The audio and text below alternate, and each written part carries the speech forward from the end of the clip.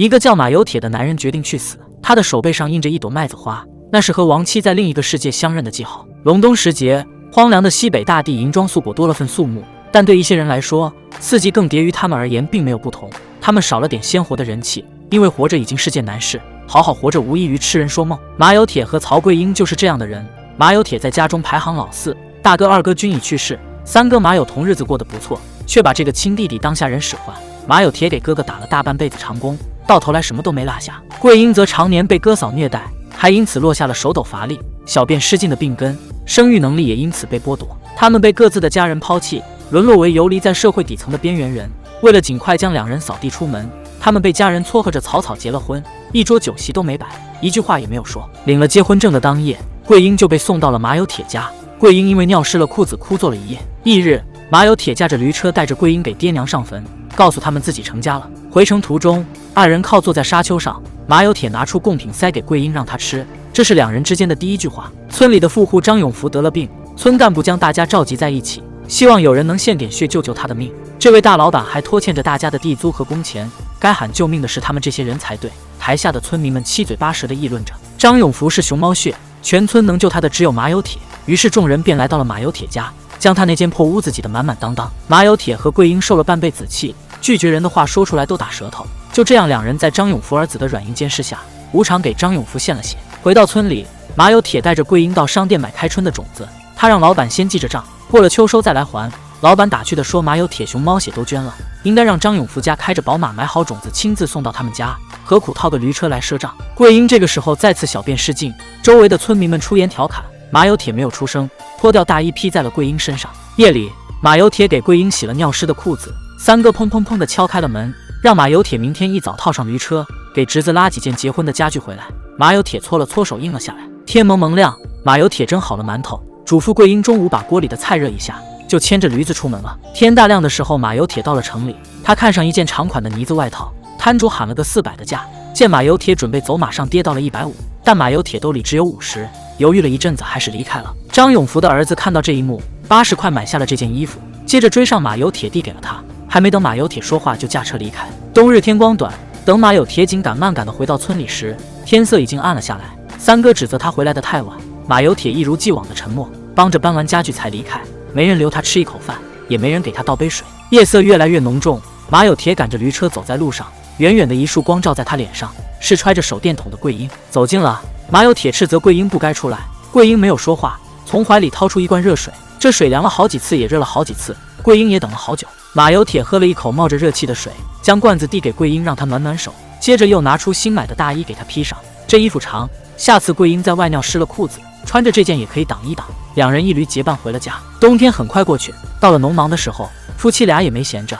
桂英干不了重活，就帮着捡捡种子，拾掇杂草。白天长了，夫妻二人就在邻居家看电视打发时间。邻居问马有铁给哥哥家当了半辈子长工，怎么连个电视也没捞着，还要到别人家看？马有铁有些无措地挠了挠头。回到家后，马有铁用纸盒子做了个简易的保温箱，把从邻居家借来的鸡蛋放了进去。两人的生活还未步入正轨，一个于他们而言是坏消息的政策就下到了村里。为了改善人居环境，政府要求拆除闲置的空房子和老房子，拆了就补15000，翻新再给15000。马有铁和桂英住的是别人的房子，屋主接到村委电话从南方赶回来，二人只能尽快收拾东西搬出去，找了一间暂时不拆的空房住下。这样下去也不是办法，马有铁开始着手盖房子。日子一天天过去，种下的麦子长成了绿油油的一片，鸡蛋孵出了一窝毛茸茸的小鸡，一个土坯也变成了上百个。希望好像终于眷顾了这两个扛满苦难的人。张永福的儿子再次找上了门，桂英不愿再让马有铁抽血，但他的话却轻飘飘地被风吹散了。两人最终还是坐上了开往城里的小汽车。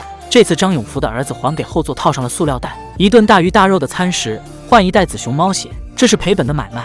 马有铁老习惯了，不懂得反抗，张永福一家也乐得占这个天大的便宜。一场大雨浇坏了马有铁罐的土坯，两人忙活了整夜，双双手忙脚乱，摔倒在泥地里。马有铁没怪桂英笨手笨脚，两人都十分狼狈，互相搀扶着想要站起身，脚下却直打滑。桂英急得哭了出来，看到马有铁的窘样又笑出了声，两人都哭笑不得。麦子齐腰的时候，家里的土房子盖了起来，没有人帮忙，出力的除了马有铁和桂英，还有那头驴子。麦子抽穗的时候，张永福儿子又接走了夫妻俩。半年左右的时间，马有铁就抽了3次血，桂英心疼的紧但无能为力。到了收获的时候，夫妻俩不敢耽搁一日，繁重的体力劳动让马有铁第一次朝桂英发了火，说他饭没少吃，活事一件也干不了。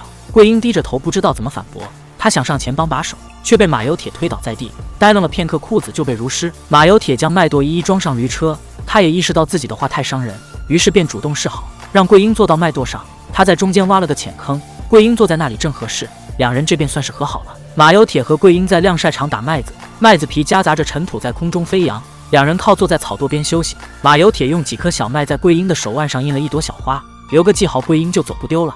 两人脸上都带着笑意，桂英更是看着这朵小花，久久没有回神。这是多好的日子啊！不用睡在窝棚，不用每天挨打。今年收成不错，装好的麦子被一袋一袋搬回家，夫妻俩终于能喘口气了。桂英的手腕上、脖子上都长了麦疹，趁着夜色，马有铁拉着她到水渠里洗澡，这样麦疹就能消下去。收完麦子后，他们暂住的空房子也要被拆了。好在两人的新房子也差不多能住人了。东西搬完后，马有铁问房主能不能等屋檐下的燕子出了窝再拆。房主不耐烦地说自己没有那个闲工夫。马有田犹豫片刻后返回赶走了小燕子。挖掘机很快进场，房子应声倒塌。马有铁和桂英久久地凝望着一片废墟，捡起地上的燕子窝带了回去。入住新家的第一天，马有铁还不忘在墙上贴个大红喜字。两人睡在自家的炕上，心里踏实很多。马有铁打算等秋天卖了玉米，就给桂英买台大电视，再领着她到市里的大医院看看病。桂英怎么都没想到，有朝一日她也能像其他人一样拥有自己的家，不必寄人篱下，也不用谨小慎微，因为有人心疼她，有人陪着她。刚搬进来没几天，三哥就提着一袋子喜宴上的剩菜找了过来。无事不登三宝殿，他这次来主要是想以马有铁的名义申请特困补助楼房，嘴上说着自己帮他交了1万块钱，实际上房子最后也轮不到马有铁住。马有铁辛苦盖房子的时候，这个哥哥没帮过一砖一瓦，自己有好事的时候想不到弟弟，用得着的时候又使唤得顺手。这三哥恐怕是马有铁的仇人，父母兄长全都过世，他对唯一的亲弟弟不帮扶着也就罢了，恨不得吸干他最后一口血。马有铁早早整理田地，种上了秋菜，桂英养的鸡也给他下了第一个蛋，树叶变成了金黄色。转眼就到了秋收时节，桂英卧病在床不便劳作，马有铁便独自一人牵着驴子到田里收玉米。一个再平常不过的午后，马有铁装了一车玉米准备回家，经过水渠的时候发现那里围满了人。一个老汉告诉马有铁，桂英等不回他，拿着2个馒头和鸡蛋准备到田里，路过水渠时脑袋发晕栽了进去。马有铁哀嚎一声冲出了人群，等他找到桂英的时候已经无力回天，一切都来得猝不及防。桂英还没等到他的大电视，两人也还没有一起到市里开眼。两人之间与其说是爱情，不如说是人与人之间最基本的关怀，这是两人在各自的家庭中从未感受过的，只需要这一点点，就足以慰藉两人过去10数年的困苦。处理完桂英的后事，马有铁开始忙碌，他收了地里的土豆，装了满满2大袋放到一个农户家门口，这是他先前答应过的。送完土豆，马有铁卸下驴车，放走了辛劳大半辈的驴子，接着卖掉了这一年所有的收成，拿到手的是3970块，还掉种子化肥的赊账。